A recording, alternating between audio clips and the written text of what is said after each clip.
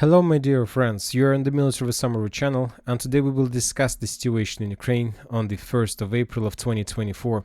Today we have a lot of very interesting updates, so let's start. And first we're going to talk about the South Donetsk direction. We have a lot of geolocations and videos from Vuhledar. We just finished the March months, and we remember that during the March there were almost nothing from the area, but starting from the 1st of April we start receiving significant number of details and updates from the territory. For example, on this video we can see how the Russians were bombing and attacking the Ukrainian positions along the tree lines to the east of Vuhledar and to the south of Konstantinovka. This area, the Russians, during the previous phases of the special military operation, the Russians made lots of attempts to attack the territories, but most of those attacks were repelled and the Russians couldn't improve their positions. Furthermore, we have the Russians were bombing with FABs the town of Vuhledar, the southwestern part of this stronghold. During the previous phases it was discussed, the Russians made lots of attempts to attack this area, but most of the Russian attacks were repelled as well. So maybe the Russians are planning to start something new this time, because they managed to achieve significant results in Konstantinovka, Novomykhailivka directions. So maybe just the Novomykhailivka was like the only problem for the Russians, and now they can attack this stronghold at least from few directions. We'll see. And another the final video from the coal mine to the northeast of Vuhledar.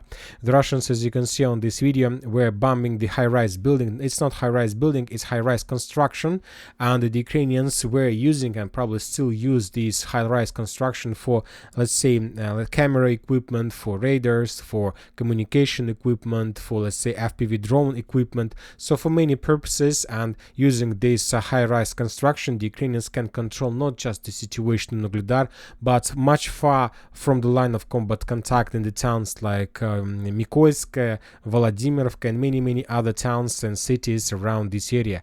So we see the Russians renew their activity in this direction, so very likely they're planning to, let's say, show us something in the very near future. We haven't received anything from Novomykhailivka, neither any reports about further Russian progress, just some confirmations from different mappers about control, about the progress. We got a lot of FPV drone strikes from the Ukrainian side. Most of them are old. They are showing us the picture of Russian attacks to the this western part, and how the Ukrainians were trying to repel the Russians and to slow them down. And we have just one FPV drone strike against the Ukrainian infantry in this part of Novomykhailivka, which confirms that there were at least still Ukrainians.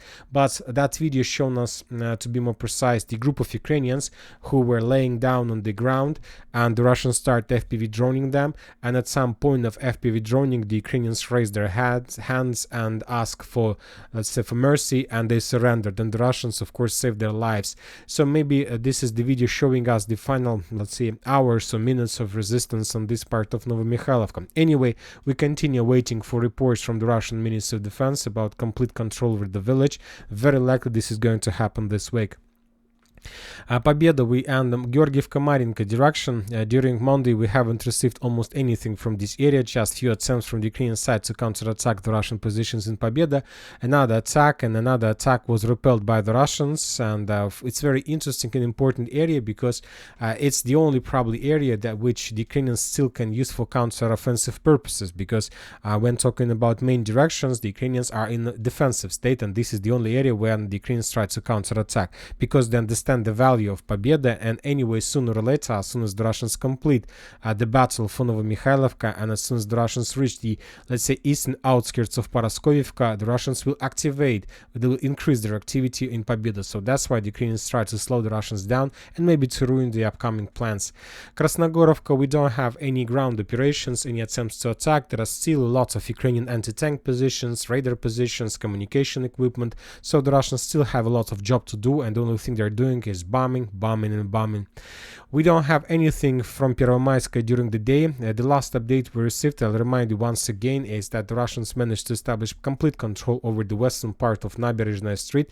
It's very difficult to understand whether it's Vadiana or it's Pervomaiska. Anyway, it doesn't matter. The most important that the Russians cleared the area completely on the top, on the north, from this water reservoir. This is Staroavdiivsky water reservoir or river Vodiana. So this area is under complete Russian control. We haven't received anything about these, let's say, this territory. Let's say we have received some updates in the past that the Russians managed to establish complete control over the territory and that Ukrainians were forced to fall back. But for today, as of the 1st of April, we still haven't received any geolocations or any confirmations of Russian control and complete, let's say, absence of Ukrainians on this direction. Today, the 25th Air Mobile Brigade that was recently redeployed on this direction published significant number of.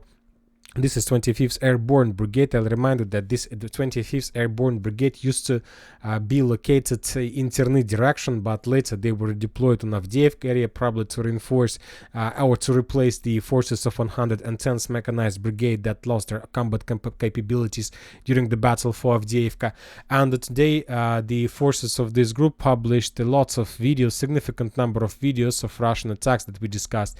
If you remember, we just yesterday discussed about the huge Russian tank attack with use of around 50 armored vehicles, 36 tanks and around 12 personnel carriers. The Ukrainians reported that they managed to repel that attack, that the Russians, according to the Ukrainians, were defeated. It's very difficult to judge this operation because when talking about defeat or victory, it's always important to understand what were the goals either of the Russians and of the Ukrainians.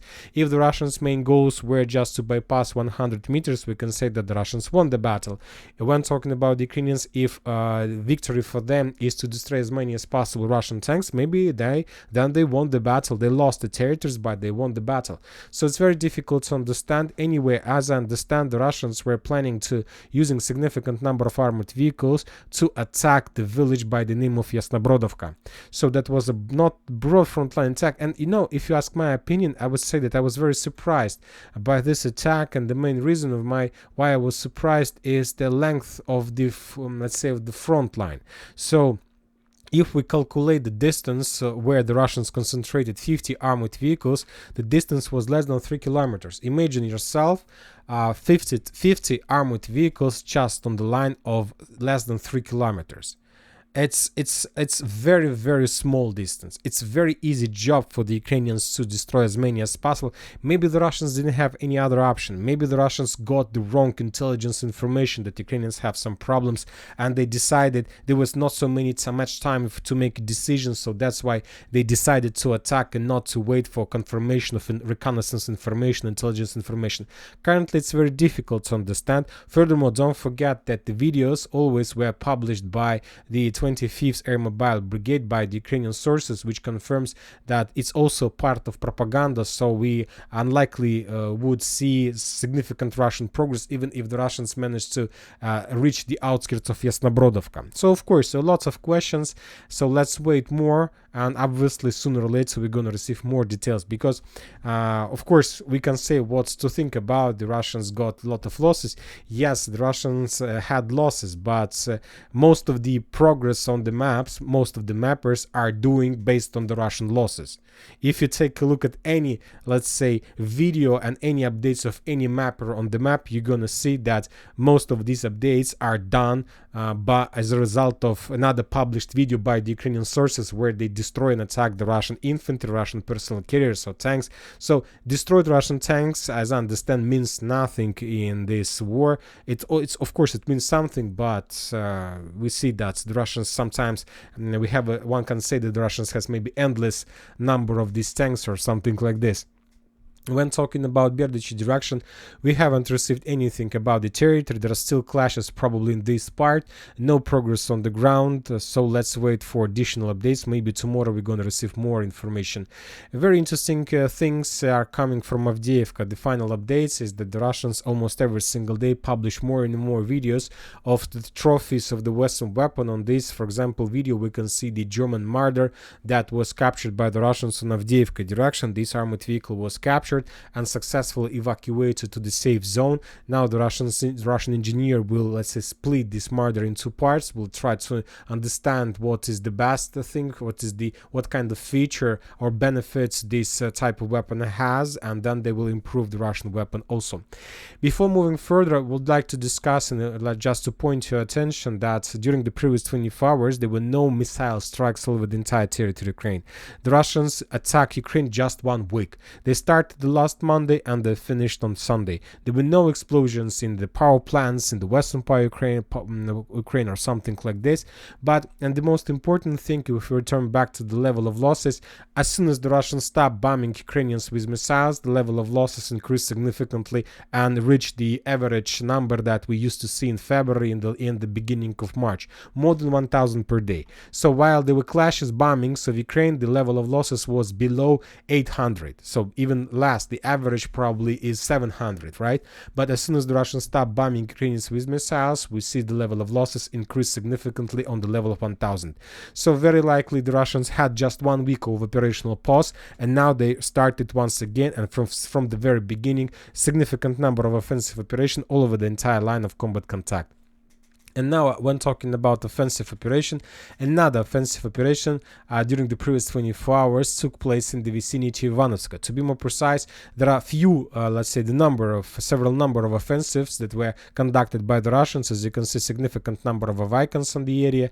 And according to information we have, the Russians, according to different mappers, and we have some geolocations confirming this, the Russians established complete control over this, let's say, the final fortification tree line in front of the eastern part of canal. There is another tree line, but the sources are saying that this tree line is not so improved and powered by the Ukrainians as the previous one that located to the east of Chasiv Yar. We are talking about the fortifications along the railways in the vicinity of the new cemetery and so on. And today the Ukrainian sources published another video of a significant number of destroyed armored vehicles. Maybe this is not just the Russians, but this might be like a mix of Ukrainians and Russian armored vehicles that were destroyed during the previous days of clashes on the road N32 that goes from Ivanovska to Chasiv Yar. But the most important that the Russians, according to information we have, currently started the storm operation, assault operation of Chasiv Yar, and they're doing this from 3 directions. The first, the southern direction, is to establish control over this Stupachki-Golubkovki forest. This is the first Russian goal, and to achieve these objectives, the Russians try to attack this area at least from 2 directions.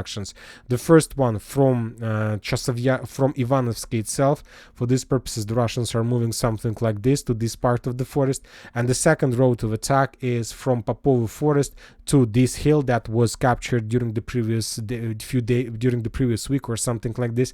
And this is, let's say, 2 roads of attack. Furthermore, if you remember, just the previous week we discussed that the Russians managed to conduct significantly very powerful and interesting attack along the railways and to enter this part of the forest. So this is the second foothold of the Russians, and currently the Russians are trying to improve their positions in the area, and the main purpose is to enter the residential area of the eastern part of Chasiv Yar through the forest, also to improve the forest to the southwest and to improve the forest to the northeast. So to establish a strong foothold, to capture this territory completely, to gain, let's say, stable positions, and then to start, let's say, pressure, to start threatening the Ukrainian positions in Chasiv Yar itself, and of course to finally to, let's say, to complete the story and to complete the battle for the village by the name of Bogdanovka, where the Ukrainians still have some positions and where the Ukrainians still show some resistance to the Russians regarding the endless numbers of FPV drone strikes in the area. So for now, this is too difficult for the Russians. And the third wave of attack, the third pressure, the Russians are conducting, let's say, right in front of Chasiv Yar along this line, so like through the fields. And very likely, very soon, we're gonna see the first clashes, maybe even inside of the Chasiv Yar itself. Currently, I have just one question: whether the Russians are planning to cross the Siversk Donetsk-Donbass canal, this territory, or not. So I can't tell you for sure what are the Russian plans. Maybe they're planning just to reach the Siversk Donetsk-Donbass canal and that's it, or maybe they're planning to completely establish control over the village. Now let's move back to geolocations.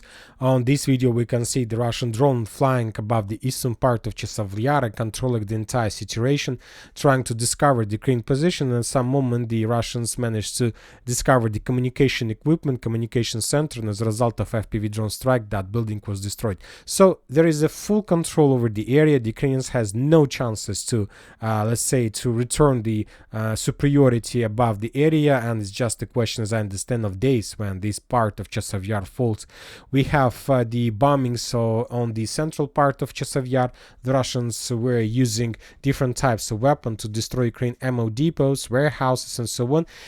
Interesting thing, it's an interesting question I have: how fast the Russians are planning, how much time the Russians are planning, or they managed to, they calculated according to their latest, let's say, experience for this town, because the more the Russians are taking towns, big towns, the faster they can do this. So the question is very interesting: how long the battle for Chasiv Yar is going to take place?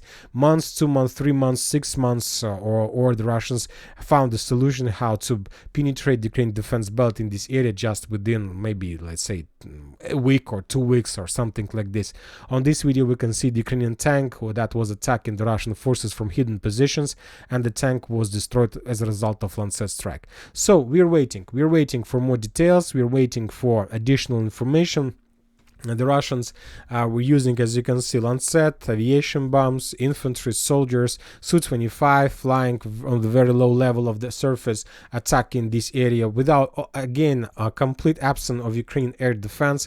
So as I understand, it's just a matter, as we discussed, of time when the Russians will clear the territory completely, and the first assault troopers will enter Chasiv Yar. As soon as the Russians enter the first buildings of Chasiv Yar, then it's going to be the end. Now we are moving to Vuhledar direction. The problem was also one of the most important, and with the previous updates we discussed about further Russian progress along the railways in the vicinity of Razdolovka itself, but yet, and during the day, we haven't received even a single geolocated confirmation or some video confirming Russian progress. So let's wait for the next morning, maybe then we're going to receive some updates. Belogorovka, the Russians continue bombing and destroying Ukrainian positions behind Belogorovka, and the Russians continue bombing the Ukrainians in the area of Verkhnyokamyanska. There were no more attempts from the Russian side to capture this territory. The Ukrainians continue preparation for the Ukrainian counterattack in the area of Terny. 2 more FPV drone strikes on the foothold. Once again, to understand the picture in Terny, it's better to increase the numbers of updates since the beginning of let's say, March. This picture shows us the Ukrainian focus in the area with FPV drone strikes and almost complete absence of Russian resistance on the same direction with the Russian counter, let's say, weapon or something like this. So I expect that if the situation develops the same way, the Ukrainians can try counterattack the Russians, just maybe to ruin the Siversk offensive operation or something like this.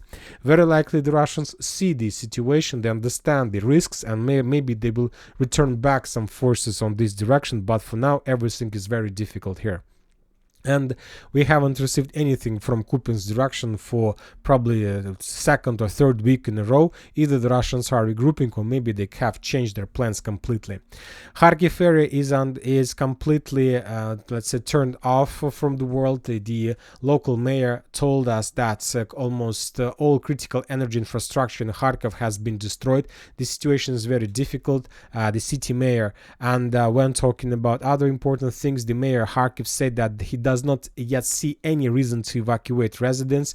Now, according to him, there are around about 1.3 million people in the city. Of course, the absence of electricity is not the reason to evacuate people. Maybe people from Kharkiv are waiting for the Russians, who knows, but for now it's going to be very difficult operation if the Russians are planning to start ever. And the Ukrainians during the day continue bombing and attacking the Russians' positions in Belgorod with multiple launch rocket systems of Empires. The Ministry of Defense reported they managed to bring down 17 of missiles, and some certain activity along the border. Another tank was discovered and destroyed as a result of Lancet strikes. So nothing special, just the regular activity, regular bombing, regular FPV droning. So nothing special, the same thing as we used to see a week ago and even more. Just a few words about Zaporizhzhia direction. I'll remind you that during the previous, if you haven't seen the previous update, as a result of missile strike, the Russians destroyed the main bridge in Gulyai Polya, the main logistic bridge that Ukrainians were using to support and to connect their forces in Orekhov and Malinovka in the area, and now the bridge was destroyed. I expected that the Russians using this, let's say, in situation of when the Ukrainians didn't expect any attacks, so the unexpected situation, would try to attack the Ukrainians in Malinovka and Gulyai Polya, and today we even received additional Mur strike in the area, but yet no attacks. Of course, the Ukrainians are working on restoring their logistic and communication roads in the area, and the more time the Ukrainians have, the less risk they're gonna face during any Russian attempts to attack on the direction. We haven't received anything from Kherson, just regular FPV droning, counter-artillery duels, and as you can see, we start receiving also the FAB strikes on the Ukrainian bank of the river as well. Maybe the Ukrainians redeploy their forces, maybe for some other reasons, so it's very interesting to understand what the Russians are planning to do with Kherson direction. Also, we have now we have a special Russian operation about the Zelensky, let's say, his position. Who is he now? Is he president or not? And obviously this is the Russian special operation. The Russians are trying to spread the updates that Zelensky, after the 31st of March, is no longer legal president in Ukraine. Of course, most of the Western politicals will try to hold the situation in their hands, trying to show that he is still president, that he still has legal signature, legal power to do all the things until at least 21st of May. But the Russians will invest significant number of time and resources into spreading this update, trying to force people in the world to start believing and to force their politicals, their deputies, to stop recognizing Zelensky as the legal president of Ukraine. This is special operation, obviously, from the Russian side, so we'll see what is going to be next and how this operation is going to be finished by the Russians, and obviously something interesting is going to appear, more details. And that's it for today. Military Summary Channel reminds to condemn any violence in the world. Thank you for watching, subscribe to my channel, put your likes, join my Patreon, and have a good day. Bye bye.